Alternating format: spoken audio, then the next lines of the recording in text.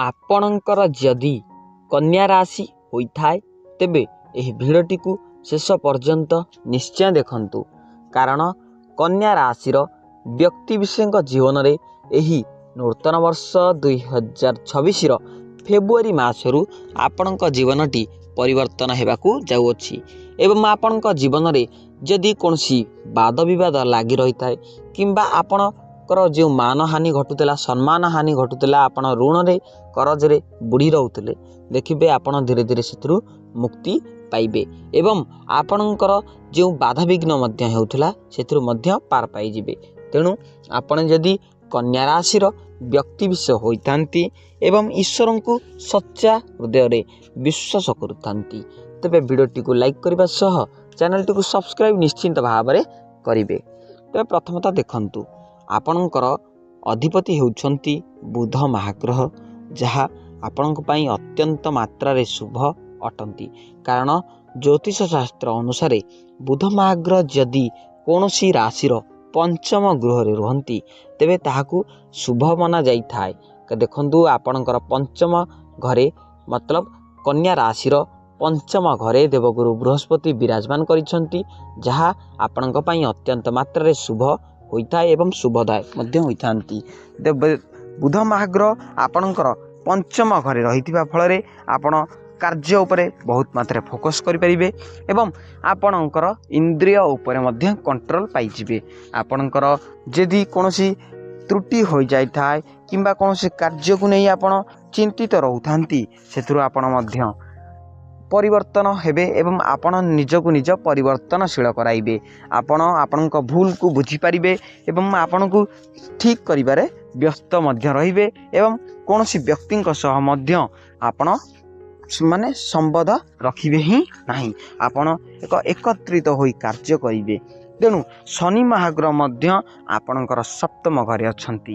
ଶନି ମହାଗ୍ରହ ଆପଣଙ୍କର ସପ୍ତମ ଘରେ ରହିବା ଫଳରେ ଆପଣଙ୍କ ଜୀବନରେ ବହୁତ ମାତ୍ରାରେ ପରିବର୍ତ୍ତନ ଆଣିଦେବେ ଏବଂ ଆପଣଙ୍କୁ ଏକ କର୍ମଜୀବୀ ରୂପେ ଚଳନ କରାଇବେ, ମତଲବ ଆପଣଙ୍କୁ କର୍ମମୟୀ ଜୀବନ କରାଇଦେବେ। ଆପଣ ଅତ୍ୟନ୍ତ ଭାବରେ ଆପଣଙ୍କର କର୍ମ ଉପରେ ହିଁ ଧ୍ୟାନ ଦେବେ ଏବଂ ଦେଖନ୍ତୁ, ଆପଣଙ୍କୁ କ୍ୟାରିୟର କ୍ଷେତ୍ରରେ ବହୁତ ମାତ୍ରାରେ ଆପଣଙ୍କୁ ଅପରଚ୍ୟୁନିଟି ଆସିବ ଚାକିରିକୁ ନେଇ ଏବଂ ଆପଣଙ୍କର ଚାକିରି କ୍ଷେତ୍ରରେ ବହୁତ ମାତ୍ରାରେ ପରିବର୍ତ୍ତନ ଆସିବ। ଯଦି ଆପଣ ଚାକିରି ଥାନ୍ତି ତେବେ ଆପଣଙ୍କୁ ପ୍ରମୋସନ୍ ନିଶ୍ଚିନ୍ତ ଭାବରେ ମିଳିବ, ଏହା ଲେଖିକି ହିଁ ରଖନ୍ତୁ। ଯଦି ଆପଣ ଚାକିରି ପାଇଁ ପ୍ରିପାରେସନ୍ ହେଉଛନ୍ତି, ଆପଣଙ୍କୁ ନିଶ୍ଚିନ୍ତ ଭାବରେ ଅପରଚ୍ୟୁନିଟି ଆସିବ। ଆପଣଙ୍କ ଦକ୍ଷତା ଅନୁଯାୟୀ ଆପଣ ନିଶ୍ଚିନ୍ତ ଭାବରେ ଚାକିରି ପାଇଯିବେ। ଏବଂ ଆଉ ଗୋଟେ କଥା ମନେ ରଖନ୍ତୁ, ଆପଣ ଏହି ଫେବୃଆରୀ ମାସରୁ କୌଣସି ବିଜନେସ୍ ଆରମ୍ଭ କରନ୍ତୁ, ଯାହା ଆପଣଙ୍କ ପାଇଁ ଫଳଦାୟକ ନିଶ୍ଚିନ୍ତ ଭାବରେ ହେବ। ଏବଂ ଦେଖନ୍ତୁ, ଶନି ମହାଗ୍ରହଙ୍କର ବିଶେଷ ଆଶୀର୍ବାଦ ରହୁଛି ଏବଂ ଶନି ଆପଣଙ୍କର ସପ୍ତମ ଘରେ ରହିଥିବା ଫଳରେ ଆପଣଙ୍କୁ ବହୁତ ମାତ୍ରାରେ ଶୁଭଦାୟକ ନିଶ୍ଚିନ୍ତ ଭାବରେ ହେବ। ତେଣୁ ଆପଣ ପ୍ରତ୍ୟେକ ଶନିବାର ଦିନ ଟିକେ ଆମିଷ ଖାଇବା ବନ୍ଦ କରନ୍ତୁ ଏବଂ ଓମ୍ ଶନିଶ୍ଚରାୟ ନମଃ, ଓମ୍ ଶନିଶ୍ଚରାୟ ନମଃ 8 ଥର ଜପ କରନ୍ତୁ। ଦେଖିବେ ବହୁତ ମାତ୍ରାରେ ମଙ୍ଗଳ ଘଟିବ ଏବଂ ଆପଣଙ୍କ ଜୀବନଟି ସରଳ ଏବଂ ସୁନ୍ଦରମୟ ହୋଇଯିବ। ଏବଂ ଆପଣଙ୍କ ଘରେ ସୂର୍ଯ୍ୟ ଏବଂ ବୁଧ ମହାଗ୍ରହଙ୍କର ମଧ୍ୟ ବହୁତ ବିଶେଷ କରି ଆପଣଙ୍କ ଘରେ ଚଳନ ହେତୁ ଆପଣଙ୍କ ଉପରେ ପ୍ରଭାବ ପକାଉଛନ୍ତି। ଶନି ମହାଗ୍ରହଙ୍କର ତ ଆପଣଙ୍କ ଉପରେ ବିଶେଷ ଆଶୀର୍ବାଦ ରହିଅଛି, କିନ୍ତୁ ସୂର୍ଯ୍ୟ ମହାଗ୍ରହ ଏବଂ ବୁଧ ମହାଗ୍ରହଙ୍କର ପ୍ରଭାବ ବହୁତ ମାତ୍ରାରେ ପଡ଼ିବ। ଫଳରେ ଆପଣଙ୍କର ସ୍ୱାସ୍ଥ୍ୟରେ ଯଦି ଆପଣଙ୍କୁ ଯାଦୁ କାଛୁ ଜନିତ କୌଣସି ଚର୍ମଜନିତ ସମସ୍ୟା ହୋଇଥାଏ, ଆପଣ ସେଥିରୁ ନିଶ୍ଚିନ୍ତ ଭାବରେ ମୁକ୍ତି ପାଇଯିବେ।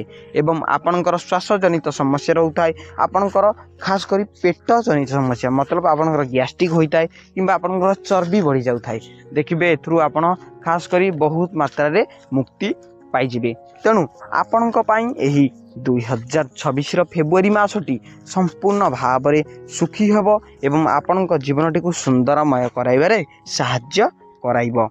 ଆପଣ କେବଳ ଆପଣଙ୍କର କାର୍ଯ୍ୟ ଉପରେ ଯତ୍ନ ଦିଅନ୍ତୁ ଏବଂ କାର୍ଯ୍ୟ ଉପରେ ଫୋକସ୍ କରନ୍ତୁ। ଆପଣଙ୍କର କର୍ମ ଅନୁଯାୟୀ ଫୋକସ୍ କରନ୍ତୁ, ସମୟକୁ ବିଲକୁଲ ହିଁ ବର୍ବାଦ କରନ୍ତୁ ନାହିଁ। ଦେଖିବେ ଆପଣ ଆପଣଙ୍କର ଲକ୍ଷ୍ୟସ୍ଥଳରେ ନିଶ୍ଚିନ୍ତ ଭାବରେ ପହଞ୍ଚିଯିବେ। ତେଣୁ ଆଜି ତ ସମୟ